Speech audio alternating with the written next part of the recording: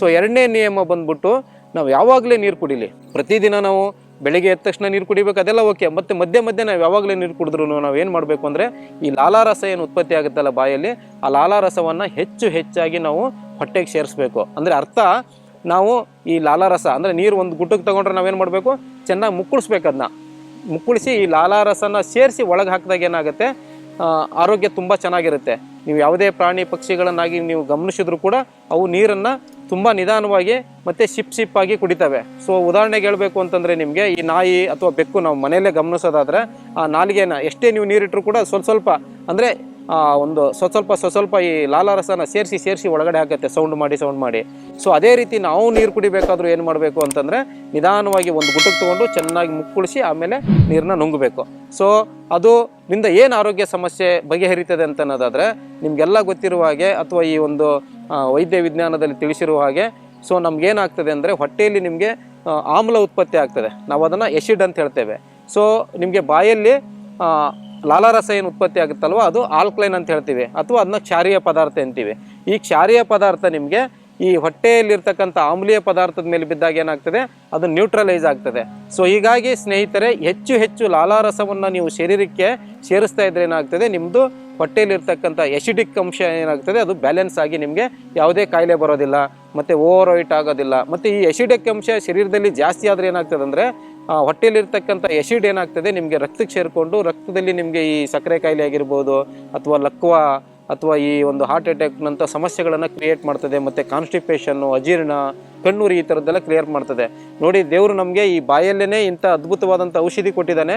ನಾವು ನೀರನ್ನು ಸರಿಯಾದ ರೀತಿ ಕುಡಿಯದೇ ಇರೋದ್ರಿಂದ ಏನಾಗ್ತದೆ, ನಮಗೆ ಕ್ಷಾರೀಯ ಪದಾರ್ಥ ಹೋಗದೆ ನಮಗೆ ಅಜೀರ್ಣ ಮತ್ತು ಈ ಥರದ ಆಮ್ಲೀಯತೆ ಜಾಸ್ತಿ ಆಗ್ತಕ್ಕಂಥ ಕಾಯಿಲೆಗಳನ್ನು ಉಂಟು ಮಾಡ್ತದೆ. ಅದಕ್ಕೋಸ್ಕರ ನೀರನ್ನ ನಾವು ಯಾವಾಗಲೇ ಕುಡಿದ್ರೆ ಏನು ಮಾಡಬೇಕು, ನಿಧಾನವಾಗಿ ಗುಟುಕಾಗಿ ಮುಕ್ಕಳಿಸಿ ನಿಧಾನ ಲಾಲಾರಸ ಸೇರಿಸಿ ಕುಡಿಬೇಕು. ಇದು ಎರಡನೇ ನಿಯಮ ಆಯಿತು. ಇನ್ನು ಮೂರನೇ ನಿಯಮ ಬಂದ್ಬಿಟ್ಟು, ನಾವು ಬೆಳಗ್ಗೆ ಎದ್ದ ತಕ್ಷಣ ಯಾವಾಗಲಾದ್ರೂ ನೀವು ಬೆಳಿಗ್ಗೆ ರಾತ್ರಿ ಒಂದು 10 ಗಂಟೆಗೆ ಮಲಗಿ ನಾವು ಬೆಳಿಗ್ಗೆ ಒಂದು 5 ಗಂಟೆಗೆ ಎದ್ದರೂ ಕೂಡ ಎದ್ದ ತಕ್ಷಣ ಮಿನಿಮಮ್ ಒಂದು 8 ಬೊಗಸೆ ನೀರು ಅಂತ ಹೇಳ್ತದೆ ಆಯುರ್ವೇದ. ಸೊ 8 ಬೊಗಸೆ ನೀರನ್ನು ನಾವು ಹಲ್ಲುಜ್ಜೋಕ್ಕಿಂತ ಮುಂಚೆ ಅದನ್ನು ಅಂದರೆ ಹತ್ರ ನಿಮಗೊಂದು 3ರಿಂದ 4-5 ಗ್ಲಾಸು ನಾವು ನೀರನ್ನ ಮುಕ್ಕಳಿಸಿ ಒಂದು 15-20 ನಿಮಿಷ ಸಮಯ ಕೊಟ್ಟು ತಗೊಂಡು ನಾವು ಕುಡಿತಾ ಬಂದರೆ ಏನಾಗ್ತದೆ ಅಂದರೆ ನಮ್ಮದು ಅದ್ಭುತವಾದಂಥ ಉಷಃ ಕಾಲೇ ಅಮೃತಮವಾರಿ ಅಂತ ಆ ಶ್ಲೋಕ ಹೇಳ್ತೀವಿ ನಾವು ಸ್ಟಾರ್ಟಿಂಗ್ ಹೇಳಿದಾಗ. ಉಷಃ ಕಾಲ ಅಂತಂದರೆ ಸೂರ್ಯ ಹುಟ್ಟೋ ಸಮಯದಲ್ಲಿ, ಅಂದರೆ ನಾವು ಎದ್ದ ತಕ್ಷಣ ನಾವು ನೀರು ಕುಡಿಯೋದು ಅಮೃತಕ್ಕೆ ಸಮಾನ ಅಂತ ಹೇಳ್ತದೆ. ಕಾರಣ ಇಷ್ಟೇನೆ.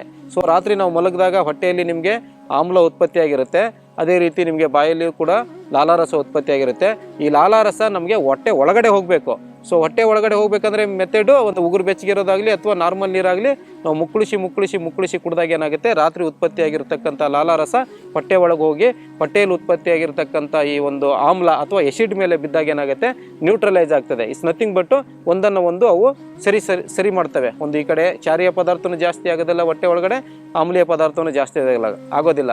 ಸೊ ಹೀಗಾಗಿ ನಾವು ಬೆಳಿಗ್ಗೆ ಎದ್ದ ತಕ್ಷಣ ಹಲ್ಲುಜ್ಜೋಕ್ಕಿಂತ ಮುಂಚೆ ಮಿನಿಮಮ್ ಒಂದು 8 ಬೊಗಸೆ ಅಂದರೆ 3ರಿಂದ 4 ಗ್ಲಾಸ್ ಅಷ್ಟನ್ನು ನೀರು ಕುಡಿತಾ ಬಂದರೂ ಕೂಡ ನಮ್ಗೆ ಏನಾಗ್ತದೆ, ತುಂಬ ಅಮೃತದ ರೀತಿ ಅದು ಕೆಲಸ ಮಾಡ್ತದೆ. ಇದು 3ನೇ ನಿಯಮ.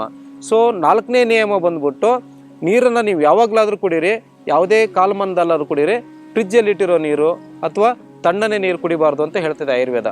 ಸೊ ಯಾಕೆ ಅಂತಂದರೆ ನಿಮ್ಗೆ ಗೊತ್ತಿರುವ ಹಾಗೆ ಶರೀರದಲ್ಲಿ ನಿಮಗೆ ಜಠರದಲ್ಲಿ ಅಗ್ನಿ ಉತ್ಪತ್ತಿ ಆಗ್ತದೆ, ಮತ್ತು ಶರೀರ ಯಾವಾಗಲೂ ಬೆಚ್ಚಗಿರಬೇಕು, ಅಥವಾ ನಮ್ಮ ದೇಹ ಎಷ್ಟು ನಿಮಗೆ ಬ್ಯಾಲೆನ್ಸ್ ಆಗಿರುತ್ತೆ ಅಷ್ಟು ನೀರನ್ನು ಕುಡಿಬೇಕು.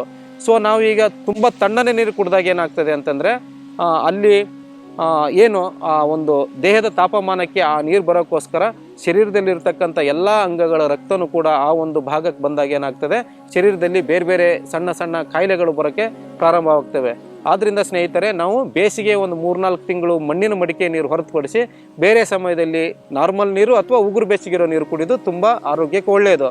ಸೊ ಅದ್ಭುತವಾದಂತಹ ಈ ಒಂದು 4 ನಿಯಮಗಳನ್ನು ನಾವು ಪಾಲನೆ ಮಾಡ್ತಾ ಬಂದರೆ ಏನಾಗ್ತದೆ ಅಂದರೆ ನಮ್ಮ ಶರೀರದಲ್ಲಿ ಜೀರ್ಣಾಂಗ ವ್ಯವಸ್ಥೆ ತುಂಬ ಚೆನ್ನಾಗಿರ್ತದೆ. ಸೊ ಜೀರ್ಣಾಂಗ ವ್ಯವಸ್ಥೆ ತುಂಬ ಚೆನ್ನಾಗಿದ್ದಾಗ ಏನಾಗ್ತದೆ, ನಮಗೆ 100ಕ್ಕೆ 90ರಷ್ಟು ಕಾಯಿಲೆಗಳು ಬರೋದಿಲ್ಲ. ಯಾಕೆಂದರೆ ಹೊಟ್ಟೆನ ನಾವು ಹೆಡ್ ಆಫೀಸ್ ಅಂತ ಹೇಳ್ತೇವೆ ಆಯುರ್ವೇದದಲ್ಲಿ.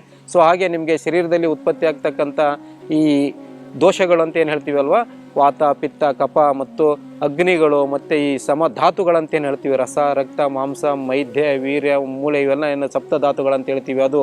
ಆಮೇಲೆ ನಿಮಗೆ ಮಲಕ್ರಿಯೆ ಅಂದರೆ ಮಲ ವಿಸರ್ಜನೆ ಆಗೋದು, ಮೂತ್ರ ವಿಸರ್ಜನೆ ಆಗೋದು, ಇವೆಲ್ಲ ಸರಾಗವಾಗಿ ನಡೀತವೆ ಒಂದು ಜೀರ್ಣಕ್ರಿಯೆಯನ್ನು ಚೆನ್ನಾಗಿ ಇಟ್ಕೊಂಡ್ರೆ. ಈ ಒಂದು ನೀರು ಕುಡಿಯುವ ಈ 4 ನಿಯಮಗಳನ್ನು ನೀವು ಪಾಲನೆ ಮಾಡಿಕೊಂಡ್ರೆ ಸುಮಾರು ನಮ್ಮ ಆಸ್ಪತ್ರೆಗೆ ಹೋಗುವಂಥ ಪ್ರಮೇಯನೇ ಇರೋದಿಲ್ಲ. ಅಷ್ಟು ಅದ್ಭುತವಾದಂತಹ ಒಂದು ಈ ನೀರು ಕುಡಿಯೋ ನಿಯಮಗಳನ್ನು ನೀವು ಪಾಲನೆ ಮಾಡಿ ನಿಮ್ಮ ಆರೋಗ್ಯವನ್ನು ಇಂಪ್ರೂವ್ ಮಾಡ್ಕೊಳ್ಳಿ.